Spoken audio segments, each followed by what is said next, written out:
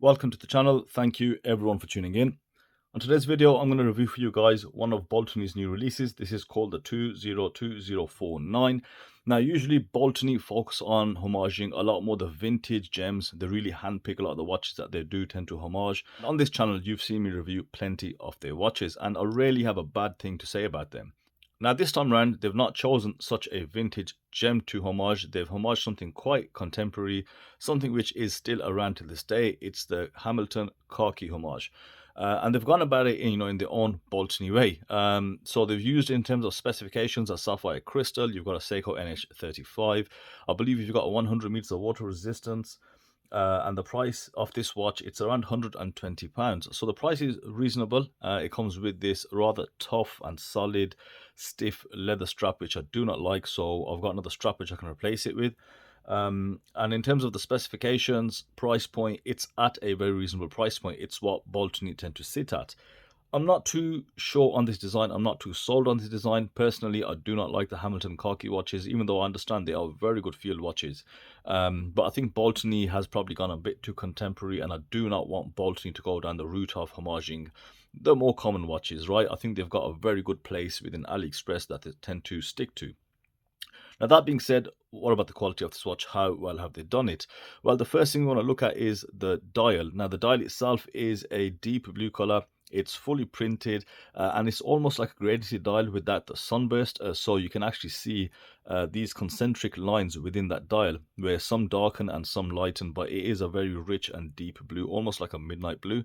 And where you see these 24-hour markers in the center, you'll find there is a concentric circle there, and then divided by another circle which goes around the outside.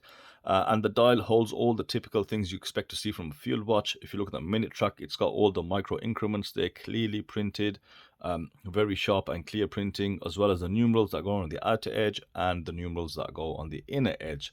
And of course, with the Baltany printed logo and automatic just above the 6. So there's quite a lot going on the dial. But obviously the way that is printed, the white text on this deep blue / black background, it still makes it very visible. They've also chosen to go for that red tip on that seconds hand, which makes it nice and visible. It allows you to follow that seconds hand around the track, and you'll notice they put a counterweight there, which is just like a ring, which I do like those on certain hands. Now, the main minute hand and hour hand, pretty straightforward. It is polished, and you've got slithers of lume in there. Now, on the lume front, you've got what appears to be BGW9. It isn't Swiss Superluminova, as Baltany state on their website. That Superluminova is actually quite expensive. Most of it is the Chinese variant, which is still very good. It's bright. It's not patchy at all. Baltany, till date, do use very reasonable lume, and it is, of course, very visible. Now, there is one actual problem that I see with this dial configuration, and it's if you look at the 3 o'clock date window. Now, because this is an NH35 movement, and perhaps the dial doesn't really accommodate the date window, you'll find the date is actually a little too close to the left. Therefore, it kind of cuts off that unseen concentric line where the 24-hour numerals are. You can see it kind of pushes into the 15 slightly. I got rather too close, and it actually cuts a section, or a very small section of that circle there. And with the date window being black, it's kind of styled, so it does look odd because it has cut that out. I would have rather that they went for an NH35 and simply got rid of the date wheel. The dateless dial designs are currently in. You've seen a lot more brands go towards there, and that is something which I expect from Baltany to do. They are the exact type of brand that will use the NH38 correctly and give us a dateless design. So I think this is where it's a very tiny flaw. It might not bug a lot of people, but it's something which does bug me. And if it was without that, I literally wouldn't have any issues on there. But let me know your thoughts on what you think about the date window and how it cuts up that center of the dial. Now, moving on to the function, the crown does a really lovely grip. It's 6.2 millimeters. The grip on there does really grab hold of your skin, so there's no issues there. Crown is chunky enough. Now, moving on to the case, you do have a 39 millimeter case. You've got a thickness of around 12 millimeters, and you've got a lug to lug of 46.5 millimeters.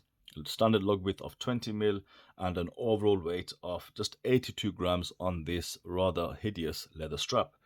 Now, in terms of the case finishing, you've got a fully brushed bezel, and you've got that same style of brushing which goes all the way around the case, which is good to see because it gives you really good consistency, and of course it adds to that tool aesthetic of the field watch.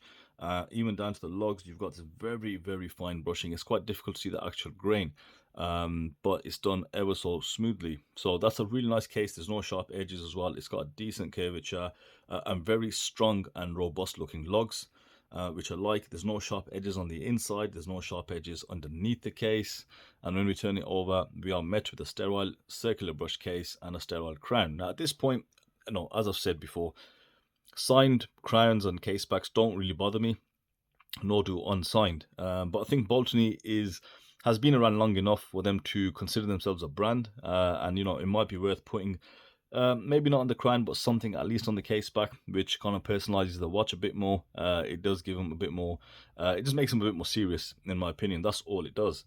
But I wouldn't really call it a defect or anything negative in that sense. So with the absence of a bracelet, I don't think there is anything else for me to say apart from stick it on a leather strap of my choice and then put it on wrist and then give you guys a quick summary. So I decided to go with a different style leather strap, one from my own collection. It's got some nice brand stitching. It's got this sort of suede, waxy effect, and that looks a lot better already. Now this Baltany is on my 6.5-inch wrist, and it does have a very good fit. Case only being 39mm, and the lug slug only being 46.5. It's gonna accommodate a lot of wrists, and it looks good on wrist. The brush case is a very nice aesthetic. It looks decent enough. It's got the legibility. It's just a date window for me next to the 15 just kind of bugs me because it's like it's not there. But also where it is, the number 3 should have been there, and it looks like a number 4. So it's very odd. And I don't know if you'll agree with me, but I think that should be no date window there. I think there's a reason why Hamilton put the date, I think, just below the 12 or something. They don't really put it at the 3 o'clock position. But that for me isn't so minor, and it may be for you guys. If that's the case, this watch I would recommend in that sense because there's nothing else wrong with it. But this is not the only Hamilton watch that Baltany have homaged. There is another one, right? Let me find the picture that I saved earlier. Right, so they have homaged a Hamilton watch called, this is a bit of a mouthful, the Khaki Aviation Pioneer Chronograph. And I just so happen to have mentioned that watch on one of my AliExpress videos. So I'll put up the pictures now, and you can see how close that is to the Hamilton Aviation Pioneer Chronograph. It's actually quite similar, and it runs a Seiko VK Mecha Quartz movement, and it looks a lot better. It's kind of homaged it quite well, and I don't see no problems with that particular one. So maybe that's an alternative if you do really want a Khaki or a Hamilton inspired watch. And as it stands, I've just said what I had to say, to be honest. Like I said, the date window for me does really spoil it. For me, yeah, I don't think it should be there. But as a watch, as Baltany, good loom, good case, good build quality, and there's nothing else to really say on that, as well as the price is right as well at around £120. So that's it for me today, guys. Thank you as always for watching, and I'll see you on the next video.